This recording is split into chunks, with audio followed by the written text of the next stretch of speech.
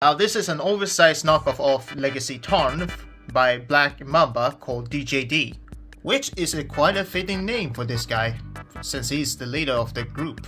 And the only thing that is literally different from the original is the shiny paint, some retooling, and of course you get a katana. And if you want your own Tarn, he's widely available at Show.Z.Store. And if you want to see more of this kind of stuff, make sure to leave a like, comment and subscribe as well. It would really help a lot.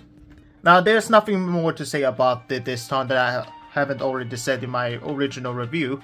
But in short, this is pretty much similar as the original copy, which it was a really neat one. However, it had its issues. It was really fine at that time, but the more I literally play with it, the more issues pretty much come. However, this one is literally just trying to be a masterpiece scale, and I would say it's quite fitting, considering, well, it transforms, and it's literally a shinier version, and of course you get, well, LEDs for the cannons. However, I'm not gonna show you since I don't have batteries for now. I might let you know in the future. Well, as I stated before, the issues is still present as the original, which being, well, that, well, the articulation is still present, and I still don't like how this overall shoulder joint is pretty much present, since it would literally limit the articulation. And this is the same reason I had problem with the Studio Series 102 Optimus Prime. What do I mean by this? Well, take example Soundwave here.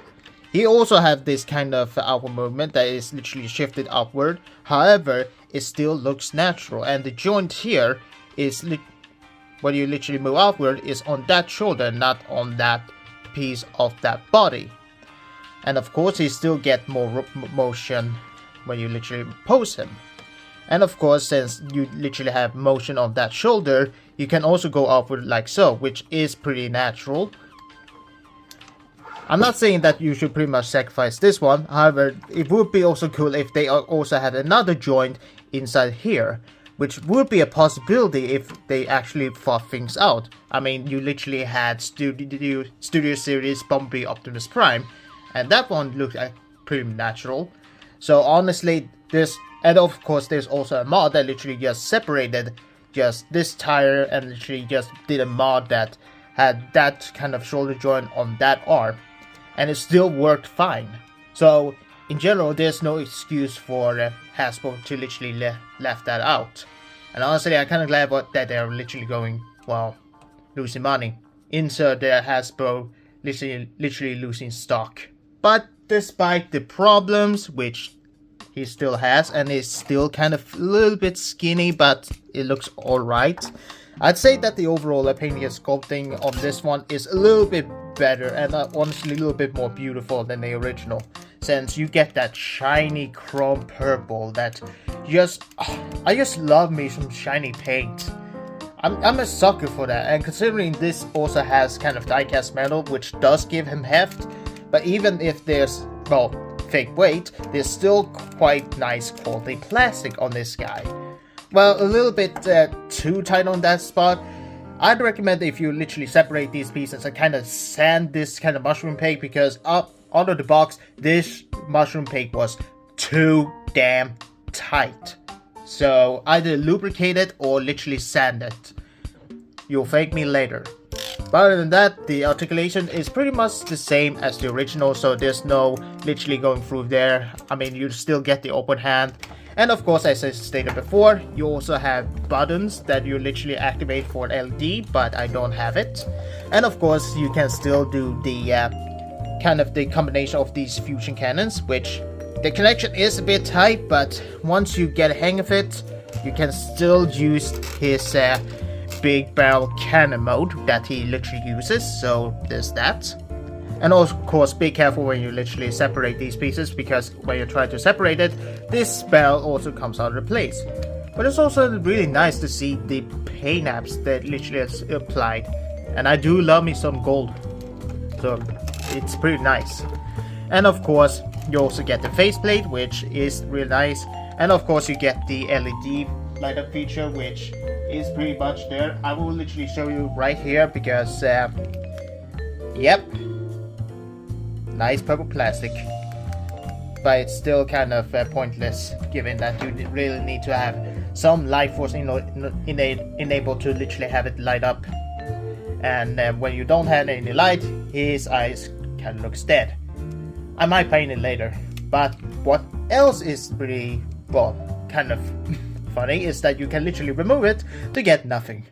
But it kind of shows you what you can literally do, since you have now options to literally customize it to actually have, well, paint the eyes for once. So it's a neat option, and I do kind of love how Knockoffs literally has, well, actual place that's literally separated and not just pinned or screwed in. And also what's also really nice is that you now have options to literally just have screws to customize your figure, and it's not pinned in.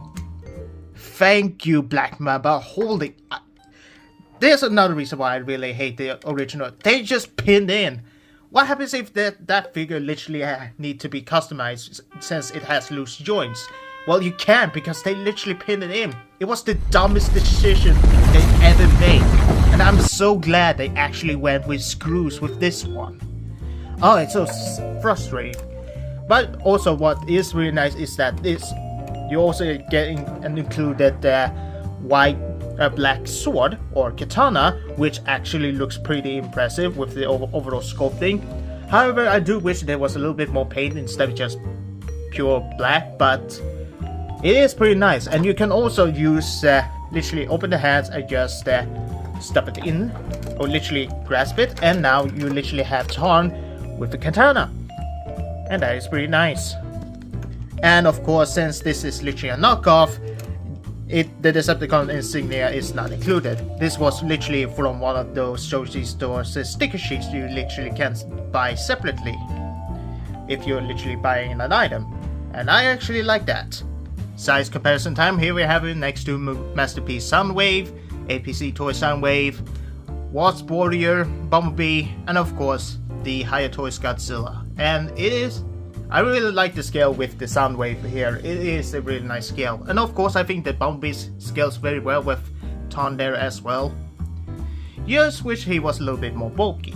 But if you want a little bit more bulkier Tarn, there is of course the Flame Toys KKK. Not that kind of KKK.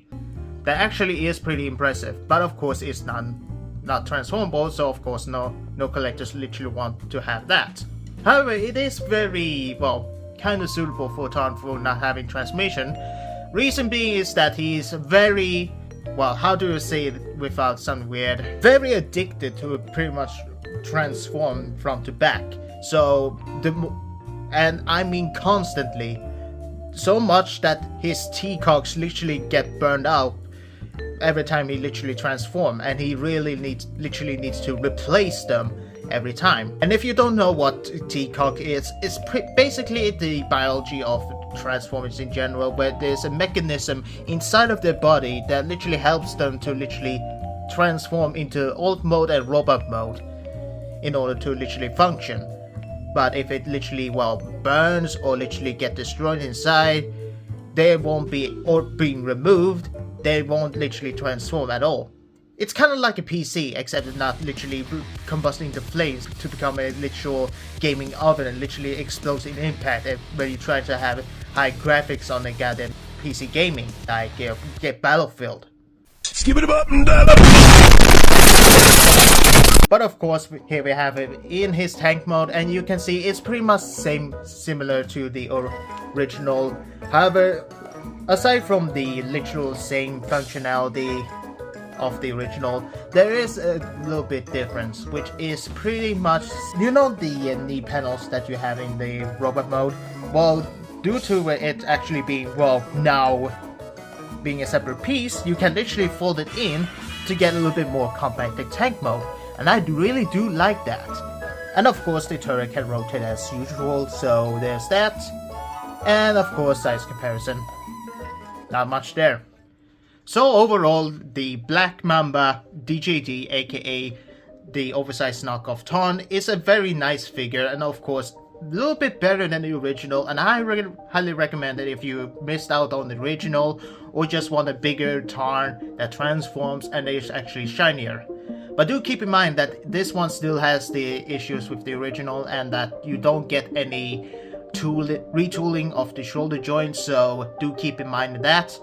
And of course, do keep in mind that you might need to modify the shoulder joints, because there are some areas that needs to be screwing up to loosen up, because they usually get a bit tight or loose. So you always need to have a screwdriver in hand, or sandpaper or lubricant, to literally get the exact, well, the way you want it to be, instead of just being, well, very solid and it might break in a second. But if it does break, well, you can always contact Show.Z for replacement parts, as long as it doesn't sold out. So there's that. Anyway, that's literally all I had to say about Tarn. There's nothing more I can say other than he really looks impressive, and actually more shiny, and he's still staying in my collection so far. But yeah, that's all I had to say. Thank you all so much for watching, and stay tuned until I review the other Transformers collection I have in my collection, and of course the upcoming Higher Toys King Ghidorah. And only time will tell when that will happen. Until then, like, comment, subscribe, and I'll see you all then.